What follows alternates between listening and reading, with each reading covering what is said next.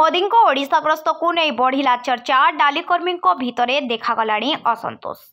मोहन को ट्यूशन करने को आसबे प्रधानमंत्री। मोदी ओडिशा आसवा नहीं चर्चा धरी। राज्य में बीजेपी शासन धीरे धीरे दुर्बल होबारे लगी। पूर्व सरकार को तुलन में मोहन माझी ओडिशावासी को प्रिय सरकार हो पारि नाहांती। यार कारण अनेक किछि रही।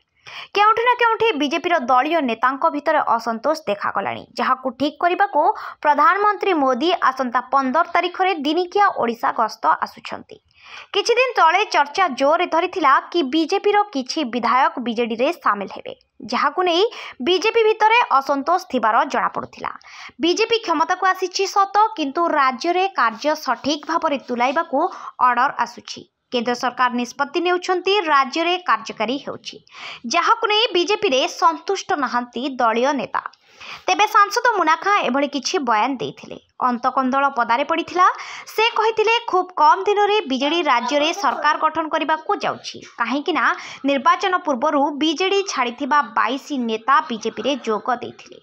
जो माने बीजेपी रे जोग देइथिले सेथिरु एबे 14 विधायक बीजेडी लिंक रे अछंती। काहेकिना बीजेपी निर्वाचन पूर्वरु जो सब प्रतिश्रुति देइथिला से सब पूरण करिबारे विफल होईछि। तेणु आज जारी निर्वाचन हेबो, बीजेडी को 100 सीट मिलिबा सुनिश्चित। कारण एबे भी जो माने विधायक अछंती से माने जदि एका समय रे बीजेपी छाड़िबे ताहले राज्य रे सरकार भांगिबा सुनिश्चित। से आहुरी मध्य कहिसंती एबे मध्य 90% ब्लॉक जिला और परिषद बीजेडी दखल रे रही, जहाँ बीजेडी को आगामी दिन में हेबाकु थिबा पंचायत निर्वाचन भोट रे सहयोग करिबो। तेबे एने मंतव्य परे एबे राज्य बीजेपी रे पिळे ही पानी, काहेकिना जदि बीजेपी को एका बेले 14 सांसद और विधायक पद छाड़िबे तेबे राज्यर बीजेपी निश्चय क्षमता हराइबो। आ पुणी थरे ओडिशा रे शंखर बाना उड़िबो, जहाकु दृष्टि रखी प्रधानमंत्री नरेंद्र मोदी गुरुमंत्र देबाकू ओडिशा आसुछंती।